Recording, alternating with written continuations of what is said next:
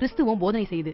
ஆதியில கடவுள் மனுஷனை படைச்சப்ப அவனுக்கு அருள் அப்படிங்கிற தெய்வீக ஒரு கொடைய வழங்கி அதனுடைய விளைவா அவனை மாசு இல்லாதவனா, நல்ல ஒரு மனுஷனா, அறிவுக்கு கட்டுப்பட்டு இயங்க வச்சது. இப்படி இயங்க இறைவனுடைய திருவருளும் அவனுக்கு துணையா நின்னது. இருந்தாலும் மனுஷன் அப்படிங்கிற முறையில அவன்கிட்ட குறைபாடு அப்படிங்கிறது இருந்துகிட்டே இருந்தது. இதனுடைய காரணமா கடவுளுடைய கட்டளையை மீறி நடந்து மனுஷன் பாவம் செஞ்சான். அந்த பாவத்தினுடைய பயனா இறைவனுடைய நட்புல இருந்து படைக்கப்பட்டவன் அவருடைய நட்பை இழந்து போயிட்டான். ஆதி மனுஷன் செஞ்ச இந்த தப்பு அவனுடைய சந்ததியையும் போய் சேர்ந்துச்சு. இறைவனுடைய அருள் நட்பை இழந்து எல்லாரும் பாவிகளாயிட்டாங்க.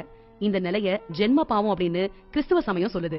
இப்படி இறைவனுடைய அருளை இழந்து நட்பை இழந்து பாவத்துக்கு அடிமையாகி அல்லலுற்று தவிக்கக்கூடிய மனித இனத்தை ஈடேற்றம் செய்யக்கூடிய பொருட்டு கடவுள் மனுஷனா இயேசு கிறிஸ்து அப்படிங்கிற பெயர்ல இந்த மண் உலகுல அவதரிச்சு குழந்தை பருவத்துல அவர் என்னெல்லாம் பண்ணாரு, வாலிப பருவம் எப்படி இருந்தது, மக்களுக்கு என்ன போதனைகள் அவர் சொன்னாரு, இப்படி எல்லா விஷயங்களையும் இந்த புத்தகத்துல நாம கேட்க போறோம்.